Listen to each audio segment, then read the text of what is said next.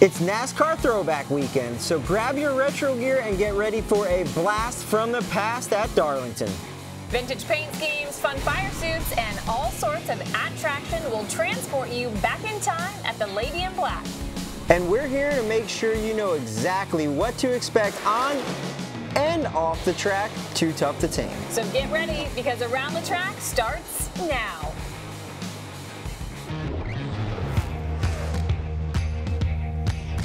Thanks for joining us for another episode of Around the Track. I'm Kim Coon alongside Ryan Flores. And before we dive into Darlington weekend, I got to eat a little crow. I put Chris Buescher last week on my black flag list, and he surprised us all. Got his first top 5 at a 1.5 mile track and got the closest finish in NASCAR history. Well, it took you 12 weeks to finally be wrong. I think you picked a winner every week, but I was thinking that. I was like, man, he just won, and Kim picked him to be on the black flag list, but then he didn't win. Yeah. So it was super confusing on pit road, and it was just such an exciting race. Yeah. Went back and watched it, all the restarts, even in the stage 1 and 2, there was so much going on, tire wear, guys being able to pass. So Kansas was very refreshing. Yeah, and we're going to dive a little bit deeper into what is now the closest finish in NASCAR history, but we're going to get you ready for everything on and off the racetrack. It is Throwback Weekend in Darlington, and that means a lot on the schedule. Yeah, as we look at the schedule in Darlington, the trucks are going to get us fired up. First, Friday night, under the lights, 7:30 on FS1.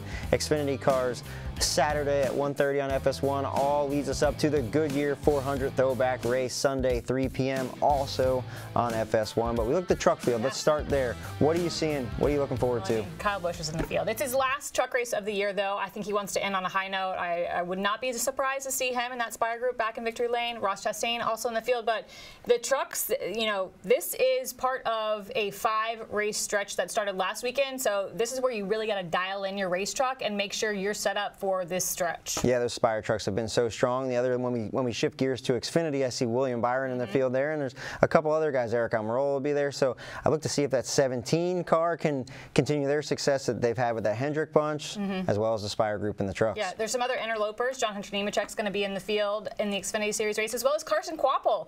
We found out he's got a handful more races that got added to his schedule for Xfinity Series, so JRM obviously seeing all the potential he has in an Xfinity Series car. A ton of potential in Carson Kvapil, and Carson runs a lot of different races. Yeah. We can see him at Millbridge, we'll see him in the car store, we see him everywhere it seems like. So let's take a look at all the other races going on throughout the country this weekend. Yeah, a lot of action around the country. We have ARCA East at Nashville Fairgrounds, and then one of my favorite tracks in the entire country, Laguna Seca. IMSA's there. Have you been? I've never been. Oh, it is beautiful. The corkscrew is incredible. I take it you've been before. I have. I actually got to do a 2-seater IndyCar ride with Mario Andretti around Laguna Seca. I am super jealous. I've seen that. I've seen a lot of celebrities. That's awesome that you got to do that. I get to be back behind the wheel this weekend. I'm going to Bowman Gray Stadium, the Kevin Powell Motorsports 100. So excited to be there. And live on Flow, there's always a full slate of action on Flow, whether it's dirt or asphalt, late model sprint cars, anything you want to see. So always be sure to tune in your Flow app.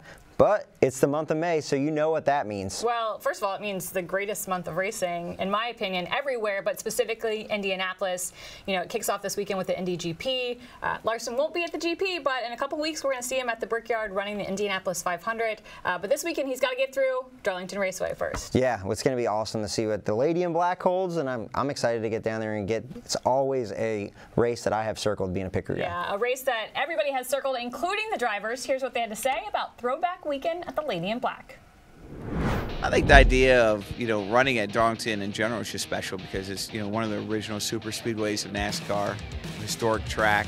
And then you put the throwback schemes on it, and you got all these drivers that come back that have been running to watch, and you get to honor them with their paint scheme, and it's just kind of a surreal experience. It just brings back a lot of memories, honestly, you know, of old cars, old drivers, and you know, Darlington's just that place to do it because, at least for me, every time I go there, I feel like I've gone back in time. It's just such a cool place, very fun weekend. For me, what makes it so special is just kind of paying tribute to a lot of legendary drivers and teams and stuff that, you know, younger generations have probably either forgotten about or never heard about or whatever. So yeah, it's fun. You know, I think all the teams kind of really get into it. Drivers get into it, you know, growing mustaches or mullets or whatever, you know, stuff that takes time. So it makes it fun. The Cup Series action starts as always with practice and qualifying this week Saturday at 10:30 on FS1.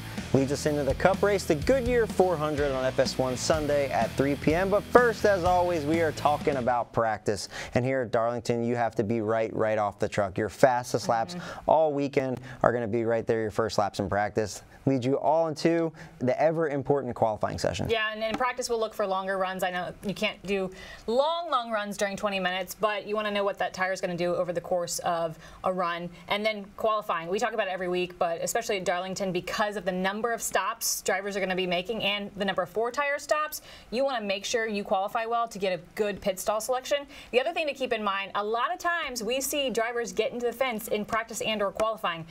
I know you got to see if your car can go up there, but you have to be really careful. Yeah, you don't want to add extra work for your guys. And speaking about the guys, they're going to be working on their cars because the next time we come back here will be the regular season finale. But some added pressure that the guys touched on in the video right before this section is when you throw it back, there's a little bit more of a weight. Like, I'll use Kyle Larson this weekend. He's throwing it back to Terry Labonte. Maybe one of the best schemes ever. So he's definitely going to have Terry Labonte there. Maybe some of the crew guys from the old fives. So you want to do them justice and do a good job for them. So that is a little bit of added pressure that you don't really think about. Yeah, you don't want to tear up a car when the guy that drove the original one is onlooking. Even worse, you don't want to run bad. And you don't want to do a bad job in the pits. Like, I remember the first year we had Leonard Wood and all the Wood brothers there. I was changing tires on the Wood brothers car. And I'm like, I better not stink this up. So yeah, there is definitely added pressure to perform for those guys. Yeah, and in the spirit of Throwback Weekend and the amazing finish we saw last weekend at Kansas, we're going to take a look back at the closest finishes in NASCAR Cup Series history. And we got to start with the new #1, Kyle Larson versus Chris Buescher. I could not believe that finish. I was in the pit of Chris Buescher, ready to interview Scott Graves, their crew chief, and it was like they were celebrating, and they thought they had won the race, and it was like all the air got let out of the balloon when they figured out the 5 had actually won. Right when you think you've seen everything in racing, then there's a finish that the transponders can't even keep up with, right? It wasn't even within the repeatability of the transponder. So I always look at the pylon, and looking at the pylon, the 17 was on top, but you had to go back to the camera and the laser that they run across start-finish line to even know who won the race. And yeah, that was so exciting for the fans. Kyle Larson was so pumped. He wins so many races that it's hard to see him that pumped up. And he was excited. But, and it was confusing. Well, .001, like, we don't have the capability to time past the 1,000th of a second, and so we really had to look at the photo finish, and NASCAR does a great job with their timing and scoring. And you know, you saw the one where the line was kind of drawn by the cameras they use, and it was very clear once you saw that he won. Even if it was just an inch, he did win that race. Yeah, and when we look back, so when we have all the top 5 here, so we'll go back to #5, and I was part of #5, and I remember, so we were talking about Jamie McMurray over Kyle Busch in 2007, Daytona, the race in July, .005. Now, when he crossed the start-finish line, we knew he won. Like, I knew without a doubt that he won. So just that, a couple thousandths of a second. You know, they had us counted out here, but he was able to side draft, just get Kyle at the line. That was so exciting. I was only 19 years old. It was, it was one of my first races. Ryan Flores. Yes, that was my first ever Cup win, so it was cool to be a part of the old body style, steel body style. So that was one of the last super speedway races of that generation car. So you were in victory lane for that close finish. The next closest finish, .003, actually happened earlier this season at Atlanta. Daniel Suarez taking the victory over Ryan Blaney and Kyle Busch. So you've been at both ends of the spectrum. As we talk about the elation and disappointment that teams go through when they're that close, you know, Chris Buescher and his team elated and then disappointed. Kyle Larson, I don't know that they were disappointed, but then they were very happy once they won the race. Talk about the difference in that feeling. Well, we were pitted right next to the 99 earlier this year in Atlanta, and we also didn't know from the angle that we were at, and I told this story on Stacking Pennies, right when he got about 10 feet away from the start-finish line, our TVs went completely blank. So we thought we had won as well, but the 99 guys directly next door to us were over in their box celebrating. So it kind of became awkward, like, wait a minute, we don't know who won. Ultimately, it was Daniel Suarez that beat us to the line just barely, but I was happy for as much as I was bummed. Those ones that you win are definitely more exciting when you win them, but the range of emotions, it's so hard to win at this level. So anyone that you don't win is so tough. There's a lot on the line, a lot of bonus money, a lot of points, a playoff berth. So to lose it that way is tough, but I was happy for my buddies on the 99 car. That was the fourth closest finish. What's the third? The third's Talladega, the old tandem days, Jimmy Johnson and Clint Boyer, 3x3 to the line, so that was an exciting, those classic Talladega finishes. Anyone can be we're getting closer and closer to a dead heat. And Bob Hawkers just texted me what the rules are on that. So I think we're going to have to use those rules one day. Go back and study them a little bit closer. And then slotting in at number 2, it used to be the top spot for the closest finish in NASCAR history, Ricky Craven versus Kurt Busch, Darlington, 2003.002. I mean, we've talked about this race so many times. In fact, so much so that at the end of last week's Kansas race, I was talking to Steve Post and I said, you know, do we think that Ricky Craven and Kurt Busch are kind of happy that somebody has superseded them? Are they relieved that they don't have to relive this as much probably as they used to? Yeah, they're great ambassadors for the sport. When I looked at Twitter, I saw Ricky Craven mention passing the torch to Chris Buescher and Kyle Larson, and that he had so much fun carrying that for so long, and him and Kurt Busch had they've built a great friendship and done many reunions, but I think he was ready to pass that baton on to those next guys. Yeah, and the thing that stands out to me of this list of closest finishes in NASCAR history is 2 of them happened this season, and then you throw in the Ryan Sieg, Sam Mayer Xfinity race that was also a photo finish. It is a great time to be a NASCAR fan. Absolutely. The races are so close, and I saw something that Fords have lost now by 0.01, 0.002, and 0.003. So hopefully our Fords can be on the winning end here soon. Yeah, and hopefully this weekend we see just as an exciting race as we saw last weekend at Kansas. Maybe a photo finish at Darlington Raceway this weekend. We'll have to wait and find out. But first, let's take a look back at last year's action from the Lady in Black. NASCAR's original superspeedway, Darlington, South Carolina. Double overtime at Darlington. There's the white flag. Takes it right there. Christian Eckes wins here for the 2nd time. Ready to go racing with the NASCAR Xfinity Series. 20's back inside of him. Nemechek, contact. Larson going to be the man that wins it at Darlington. What a finish. From a speeding penalty to victory lane. You're racing on a great Mother's Day in Darlington. To the chaos of the last few laps, William Byron gets his first win at the track to touch the team. Thank you, guys. Well, it's no surprise we saw William Byron win that race last year. They were the strongest team and driver throughout the regular season. You cannot luck into a win here at Darlington. No, you can't. It is a very challenging racetrack. 2 ends of the track, very different. It's egg-shaped. If you ever see the overview of Darlington Raceway, high tire wear there. And it's interesting. You think about Denny Hamlin. He is so good there. He's won at Darlington 4 times. He was asked last weekend, what's the most difficult oval on the schedule in NASCAR? He said Darlington, just because the focus it takes to run there fast, and then you have to keep up with changing track conditions. And so I think that speaks for itself. And then you got to run the boards. It is a game of risk versus reward. Yeah, definitely.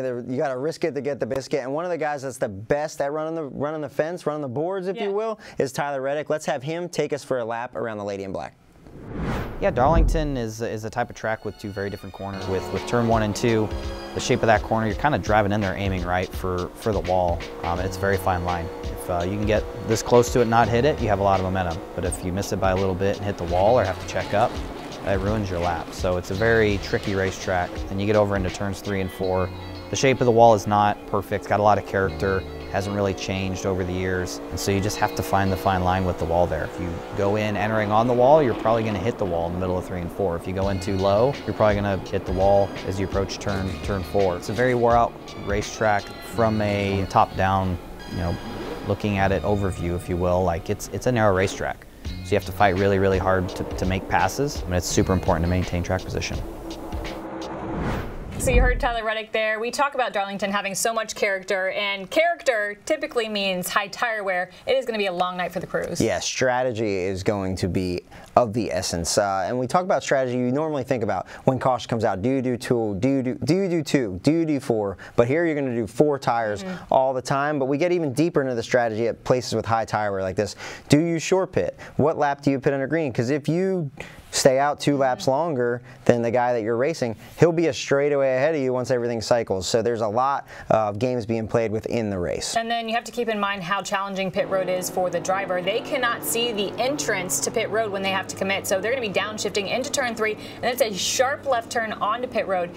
And then for those who have not been to South Carolina, the local ecosystem means a very dirty, sandy racetrack. And so that kind of area where they turn onto pit lane gets very dirty, very sandy. sandy, a lot of times we'll see no grip and guys lose their car. Yeah, it's very far down there. The track is super wide, so you see everybody try to get what they can get in the pit road, trying to maximize your pit road entrance, so you either see guys speeding or just completely miss it. I think we saw Denny Hamlin miss pit road here while he was leading not long ago.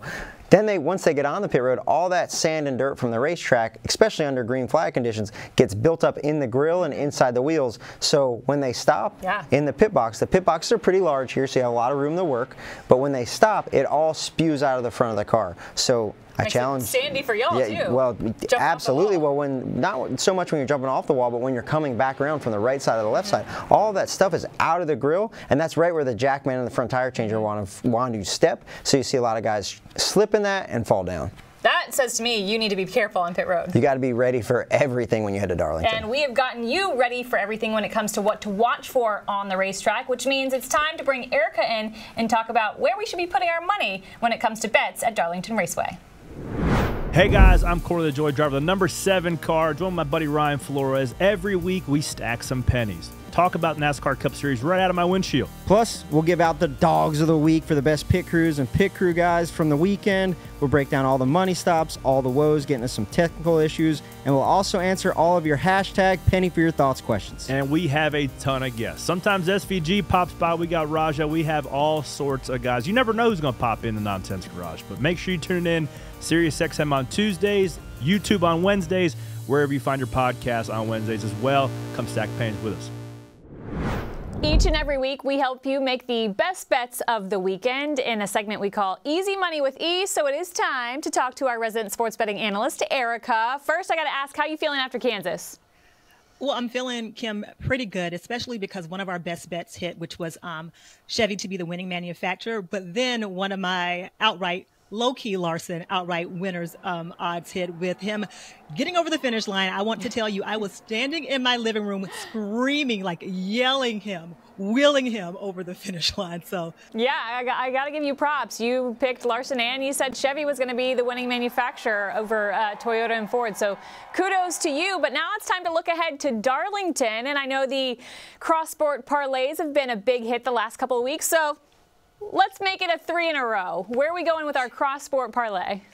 Yeah, so this week we're going to do a cross-sport parlay on the NHL's Boston Bruins to be the outright winner when they face the Florida Panthers on Wednesday night. And then the NASCAR side of that is going to be Eric Jones to be a top 10 finisher. Now, for the Bruins, Kim, they demolished the Panthers on Monday night 5-1. They actually scored an impressive 3 goals in the second period alone. Now, I don't particularly think that the win on Wednesday night for the Bruins is going to be as decisive, but I do predict that they will go up 2-0 in this series. So Boston Bruins money line. The NASCAR side of this bet is Eric Jones to finish in the top 10. He's got 8 top 10 finishes at Darlington. He's won there twice. A $10 bet on this parlay would win you a total of $61.25. And I do want to caution guys, if there's a part of this parlay that you don't like, you can always just make these straight bets. So let's say you like Boston, but you don't like Eric. You like Eric, but you don't like Boston. Feel free to make straight bets, but you don't win as much money when it's not in a parlay. Eric's a great pick because he is so good at Darlington. He's a 2-time winner there, but I have to ask, he's been out of the seat for the last 2 weeks due to a back injury. He's coming back this weekend at Darlington. Do the odds factor in the fact that we have not seen him on the racetrack in the last 2 weeks? That's a great question, Kim, and absolutely yes. When you look at the odds for top 10 or drivers' odds to finish in the top 10, you'll see some are as short as 330 or 360. Eric's are a little bit longer at plus 150, and I do believe that odds makers have handicapped the fact that he is coming off an injury. So those are a little bit longer, yes, for sure. All right, let's talk about head-to-head bets. Who is in the category of head-to-head when we go to Darlington? So, Kim, since beef has been a prevailing theme over the past few days, I'm going to go with a head-to-head that has 2 drivers who are beefing, and this is Hamlin and Larson. And I'm going to take Hamlin in this head-to-head at plus 110 over Larson. I mean, every week, honestly, I say every week, why would you not find a spot to bet Hamlin? He's won this race 4 times. And when these 2 drivers have finished first and second, the 6 times that they finished first and second, Hamlin has won 6 of those times. So not saying that they're going to finish first and second, but, you know, we had that photo finish from last week at the top of our minds. So if by some chance this was another photo finish, then Hamlin all day. Sprinkle some money on his outright winners odds too at +500. Kim, who would you pick, Larson or Hamlin? This has got to be one of the harder head-to-heads. You know, you look at Hamlin, he's a 4-time winner at Darlington, but then Kyle Larson's got momentum on his side. Won last weekend. He's the most recent winner at Darlington. I'm gonna make sure we're covered here, and I'm gonna pick Larson. So you've got Hamlin, I've got Larson. Okay, so that means we got beef then, Kim. We got beef. We got beef. I like it. I like it. I love to have a little fun, especially when it comes to betting. So if we got a little more money to sprinkle somewhere, what's the last thing we should be looking at in terms of putting our money down before Darlington? So I'm going to do some quick hitters. 3 drivers whose odds I like to be top 10 finishers. And I like these because these should be gimme bets. We're going to go with Martin Truex Jr., Tyler Reddick, and Noah Gragson to finish in the top 10. Martin Truex Jr. has 10 top 10 finishes here at Darlington. Tyler Reddick, although he disappointed me last week, Kim, he let me down. I'm not going to fade him. I'm going to go back to him this week as a top 10 finisher. And then Noah Gragson has wins here in Xfinity, and he finished 9th last week at Kansas. So, and he's running pretty well this year. Those are my top 3 drivers to finish in the top 10. You and me both on Reddick. He let me down last weekend too, but he loves to run the boards. Great pick for Darlington. Martin Truex Jr., he's had kind of some bad luck recently at Darlington, so hopefully Lady Luck is on his side at the Lady in Black. And then Noah, I think everybody wants to see his streak continue of top 10s. Erica, great information. We cannot wait to see what your insights are for the All-Star race at North Wilkesboro. But next up after the break, we're going to look at some throwback schemes for Darlington Raceway, and we'll tell you all the fun you can have if you're a fan headed to Darlington this weekend. Join Todd Gordon and myself each week for NASCAR Inside the Race. We'll break down exactly how the race was won. Plus, we'll dive into the data and go in depth on race strategies, penalties, and rule changes. Catch NASCAR Inside the Race presented by Consumer Cellular each Tuesday on NASCAR's YouTube channel.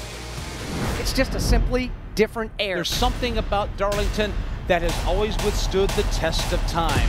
Here at the track, too tough to tape. Last you knew isn't always the best. Sometimes it's all about what we've known forever, and that forever began in 1950. Richard Petty emerged victorious for his 200th racing victory.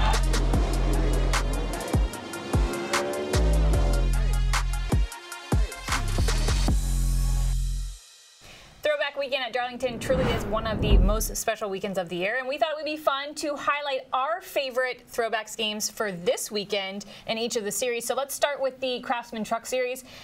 Who's your award going to? I love a good Cale Yarborough throwback, so that's why I'm going with Corey Heim, the 1974 Southern 500 car driven by Cale Yarborough. They're paying tribute to him. A lot of good detail into this, and you know Scotty Zip is going to have that 11 truck ripping on Friday night. I would not be surprised if it is Heim time this weekend and we see that truck in Victory Lane. Absolutely. It'd be even cooler to see that truck, that throwback scheme in Victory Lane with the Darlington stripe on it, so hopefully they can get it done. Yeah, for me, I'm going Jack Wood. This is the 1952 Tim Flock Hudson Hornet. I just love that color blue. I like the font of the numbers.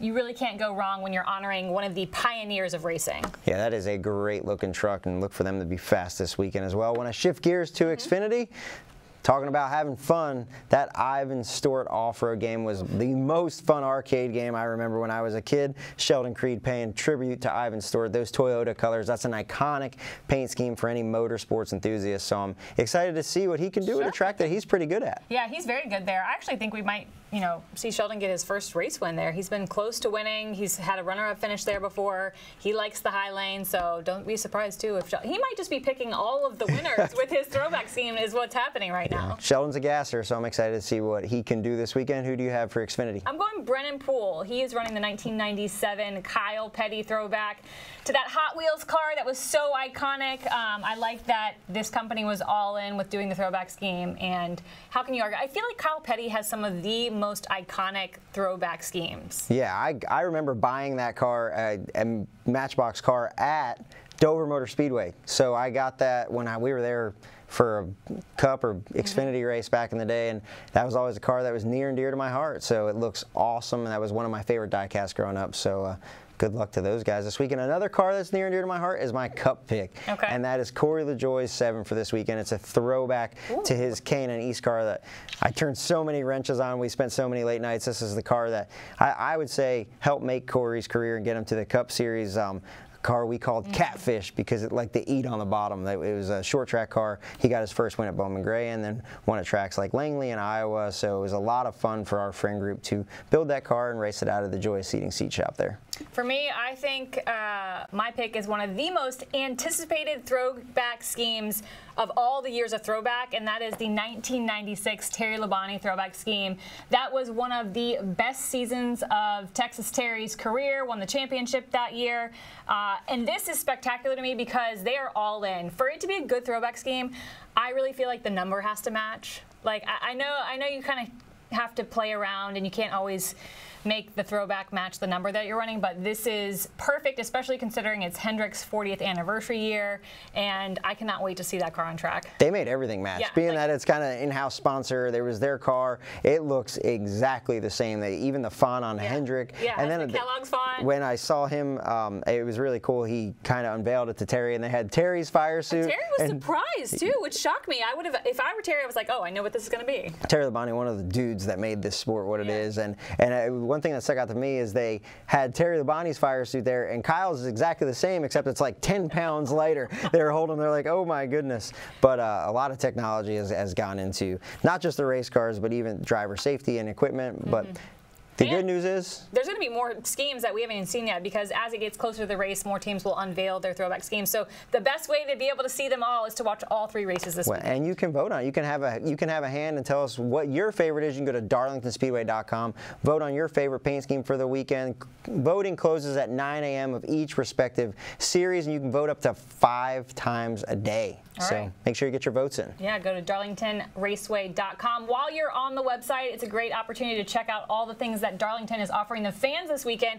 We talk each and every week about everything the fans can do at the racetrack, and it's no exception here at Darlington. Yeah, there's a ton going on. There's going to be races at Florence Motor Speedway. I hear you're going to be in a parade. Yes, yes. The Throwback Parade is back. It's Saturday night after the Xfinity Series race. We'll have a ton of floats. MRN will have a float, so we'll be throwing out some candy to all of the fans that come out for that. Yeah, and following that, like we said, Florence Motor Speedway, short track racing, great grassroots, late models, legend cars, bandoleros. Everything's going to be on tap there. And all weekend at the racetrack, you'll have the fan zone. There'll be a kids section, there'll be Q&As, and vintage race cars. So you can get a full slate of everything Darlington has on tap at darlingtonraceway.com/fanguide. This has been such a fun episode. We've talked all throwback. Can't wait for this weekend, but each and every week we got to end with the white flag. So I've got a little trivia for you. Up until the Kansas finish, Darlington held the record for the closest finish in NASCAR history, Cup history. But they also hold the record for the longest margin of victory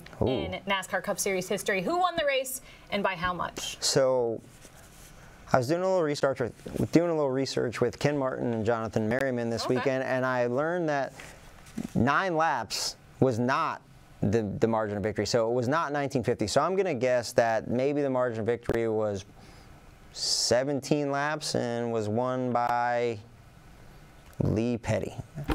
That was a great guess. It's not it, though. The winning answer is 1965. Ned Jarrett gets to victory lane by 14 laps. Hickory native Ned Jarrett, he was a wheelman, so yeah, that's a lot of laps to beat the competition by. It's always cool to watch back at those old races from Darlington. I remember seeing pit road having no wall, and even like one of the first races there, they were going and stealing tires off of cars in the infield because they ran out of tires to put on their car during the pit stop. So always exciting to go to Darlington and just celebrate the heritage of NASCAR racing. We cannot wait to see you this weekend at the Lady in Black. Thanks for tuning in to this episode of Around the Track.